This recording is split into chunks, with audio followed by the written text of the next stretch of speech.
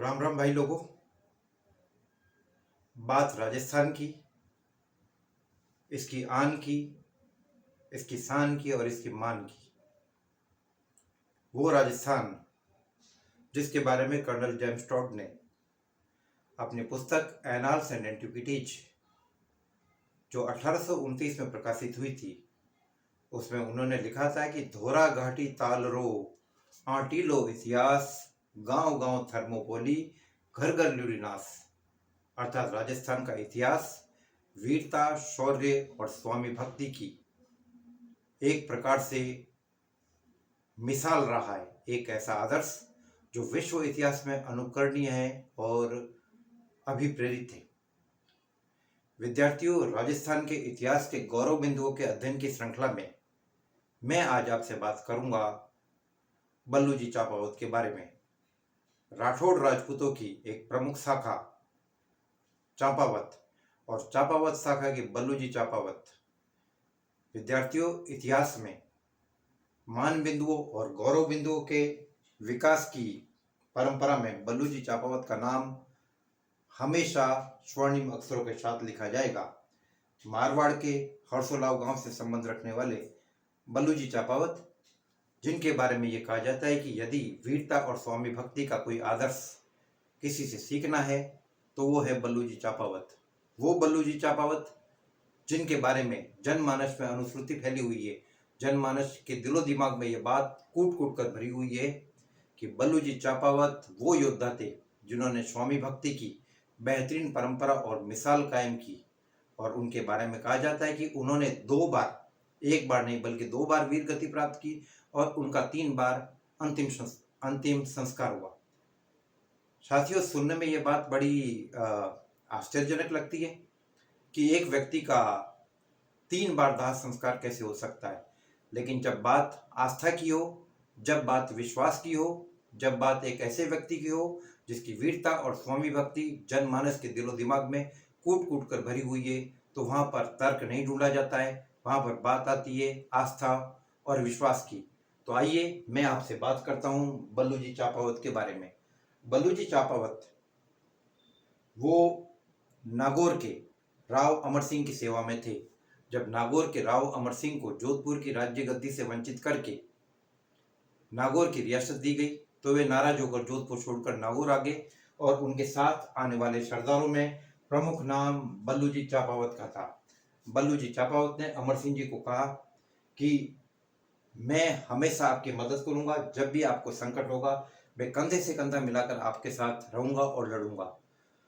लेकिन बाद में स्थितियां कुछ ऐसी बदलती है और अमर सिंह जी बल्लूजी चापावत को एक ऐसा काम सौंपते हैं जो बल्लू को लगा कि ये उनके स्टेटस और उनकी मर्यादा के अनुकूल नहीं है। उन्होंने अमर सिंह जी को कहा कि हम कोई ऐसा काम दीजिए जो एक राजपूत की मर्यादा और गरिमा के मुताबिक हो। इसलिए मैं यहाँ से जा रहा हूँ, लेकिन मैं आपको ये कह रहा हूँ कि आपको जब कभी भी मेरी जरूरत पड़े तो आप मुझे याद करें, मैं तुरंत आऊँगा। इसके बाद बल्लू जी मेवाड़ के महाराणा जगत सिंह जी के पास चले गए और जगत सिंह जी ने बल्लू जी की वीरता से प्रभावित होकर उनको अपने यहाँ रखा और एक नील धवल नाम का घोड़ा दिया। लेकिन कहते हैं कि जब मेवाड़ में भी बल्लू जी का शौर्य फैलने लगा तो वहाँ के स्थानीय सरदारों को ईर्ष्या हुई। बल्लू जी ने देखा कि अब ये समय यहाँ रहने का नहीं है, वे आ गए आगरा। आगरा अमर सिंह जी के पास आ गए।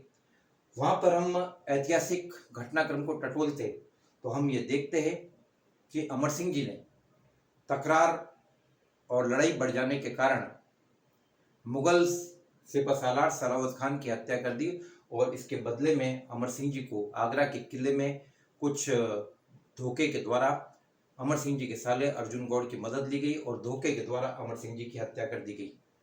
तो जब ये बात नागौर पहुंची तो अमर सिंह जी की रानियों ने सती होने की इच्छा प्रकट की, लेकिन अमर सिंह जी के शव को लेकर कौन आई, तो ये काम बल्लूजी चापावत ने किया और अद्भुत वीरता और शौर्य दिखाते हुए मुगल सैनिकों के साथ लड़ते लड़ते हुए मारे गए।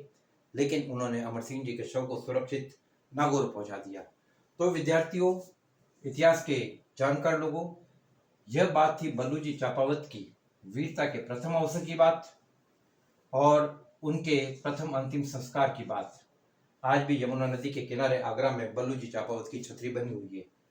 इसके बाद दूसरा वाक्य आता है 1680 में, जब हम ये देखते हैं कि मुगलिया फौजें मेवाड़ को घेर लेती है, मेवाड़ को देवारी के घाट में घेर लेती है, और ऐसे वक्त मेवाड़ के महाराणा जगत सिंह जी बल्लू जी चापावत को याद करते और कहते कि हे महान बल्लू जी, आपने वादा किया था कि मुझे जब भी जरूरत पड़ेगी तो आप आएंगे, अब मुझे आपकी जरूरत है।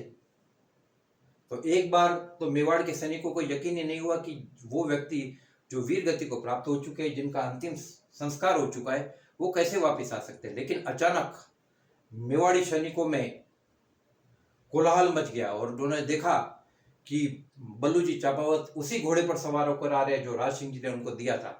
तो उनकी आंखें फटी की फटी रह गई। यहाँ पर तर्क नहीं है, यहाँ पर लोगों की आस्था की बात है कि बल्लू जी चापावत उन्हें कण कण में दिख रहे थे, चारों तरफ दिख रहे थे। यहाँ पर भी बल्लू जी चापावत ने अपना शौर्य दिखाया और देवारी की घाटी में वे लड़ते हुए वीर गति को प्राप्त हुए। वहां पर भी उनकी छतरी बनी हुई है। अब तीसरी इंटरेस्टिंग बात कि साहब की 2 बार वीर गति प्राप्त की, 2 बार इनका अंतिम संस्कार हो गया, तीसरी बार कैसे हुआ? तो तीसरी बार का मामला ये बताया जाता है कि यहाँ पर ये बात हमारे सामने आती है कि आगरा में बल्लू जी चापावत ने एक साहूकार से अपनी मूछ का बाल गिरवी रखकर पैसे उधार लिए थे। बाद में वो साहूकार ने मूछ का बाल वापस बल्लू जी चापावत के वंशजों को पहुंचाया और उसी मूछ के बाल का अंतिम संस्कार किया गया। तो विद्यार्थियों, यह बात थी महान योद्धा, स्वामी भक्ति की चरम मिसाल बल्लू जी चापावत की, राजस्थान के इतिहास का एक गौरव बिंदु और मान बिंदु। विद्यार्थियों, जुड़े रहिए मुझसे राजस्थान के इतिहास के इसी प्रकार के और गौरवान्वित पलों को जानने के लिए। जय हिंद, जय भारत।